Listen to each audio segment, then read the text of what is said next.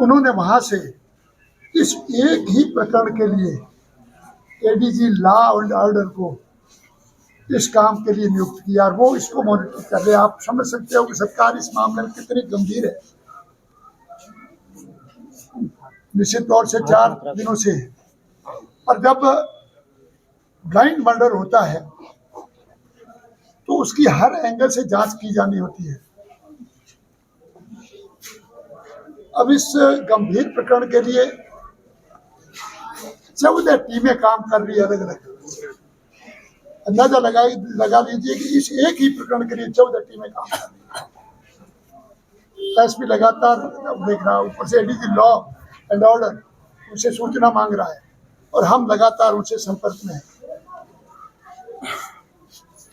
निश्चित तौर से समाज में भी आक्रोश था, परिजनों के अंदर आक्रोश था, हम भी परिजनों में ही आते हैं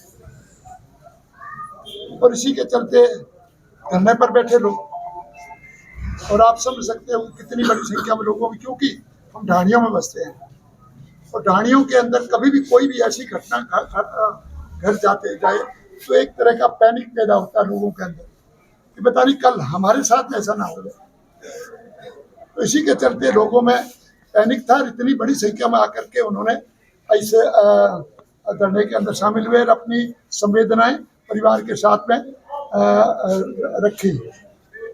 मैं उन सभी जो लोग यहाँ पर आकर के हमारे परिवार को जो संबल प्रदान करने का प्रयास किया, उन सभी का धन्यवाद ज्ञापित करता हूँ। आज इन सभी का आग्रह था कि आला अधिकारी आए और हमें आश्वस्त करें कि हम कब तक क्या कर लेंगे। लंबे समय तक कोई भी बॉडी पड़ी रहने से साक्ष्य भी कम हो जाते हैं, मिट जाते हैं। उसके ऊपर कोई फिंगरप्रिंट शरीर के ऊपर है, कोई किसी क्रिमिनल के, वो भी गायब हो जाते हैं, या उसकी नाखूनों के अंदर उसकी कोई चमड़ी वगैरह आ गई है, उसका भी डीएनए टेस्ट होना होता है, तो वो भी साक्ष्य मिटने की संभावना रहती है। परिवार को समझा इसकी, जो एजिटेशन में लोग थे उनको समझा इसकी, और आखिरकार सभी ने मिलकर के, हमारे जनप्रतिनिधियों ने, हमारे जो अन्य जो लोग सामाजिक लोग हैं, हमारे संतों ने मिलकर के ये विषय हमने रखा।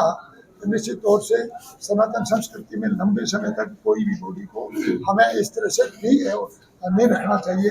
और इसी के संदर्भ में परिवार से बात की, परिवार की सहमति के बगैर ये हो नहीं सकता था। और परिवार जब सहमत हुआ तो मेडिकल बोर्ड से, एक डॉक्टर से नहीं, मेडिकल बोर्ड से आज उसका पोस्टमार्टम हुआ है। मैं और अभी उनका अंतिम संस्कार होगा।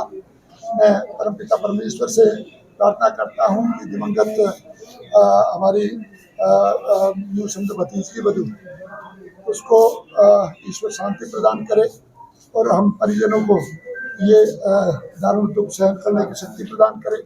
आप सब लोगों ने, मीडिया ने और जितने भी जनप्रतिनिधियों ने और संत समाज ने और जो युवा लोग हैं, उनका जो समर्थन हमें मिला है, इसके लिए मैं अपने के हृदय के अनंत गहराइयों से हार्दिक आभार व्यक्त करता हूँ।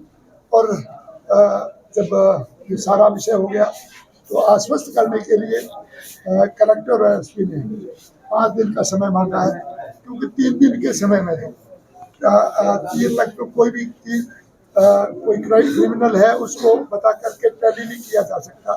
उसके बाद में परिवार से के सामने भी उन क्रिमिनल्स को पेश करेंगे और उसके बाद पता चलेगा कौन क्या है। परंतु विश्वास ये है कि जल्दी इसका प्रक्षेप होगा और जो ऐसा समाजद्रोही और जो कातिल है वो सलाखों के पीछे होगा और उसको उसके अंजाम तक पहुंचाने का काम किया जाएगा। ये मैं आपको आश्वस्त आपका एक नैतिक दायित्व भी बनता है। पश्चिमी राजस्थान में आप मौजूदा सरकार में और बढ़ते अपराध कहीं न कहीं चरम सीमा पे हैं। कभी किसी अन्य प्रदेशों में सुनते थे कि ऐसे होते हैं? घटना तो कहीं भी हो सकती है, मैं आपको बता रहा हूँ।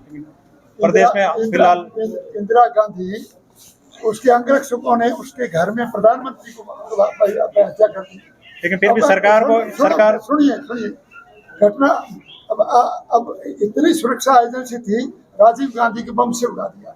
ये नहीं कि एमएलए का रिश्तेदार है, भाई है, दूसरा चीज है ये नहीं, विषय प्रदेश के लिए भी आपको आवाज हाँ, उठाना है। प्रदेश के लिए ये बढ़ते अपराध को लेकर। अभी तो विषय यही रखा ना कि एडीजी लेवल का कोई अधिकारी अगर इसकी मॉनिटरिंग कर रहा है तो निश्चित तौर से सरकार गंभीर है और अत्यंत गंभीर है और जल्दी फैसला होने वाला, कुछ न कुछ रिजल्ट आने वाला, आपको विश्वास देना। अबराम जी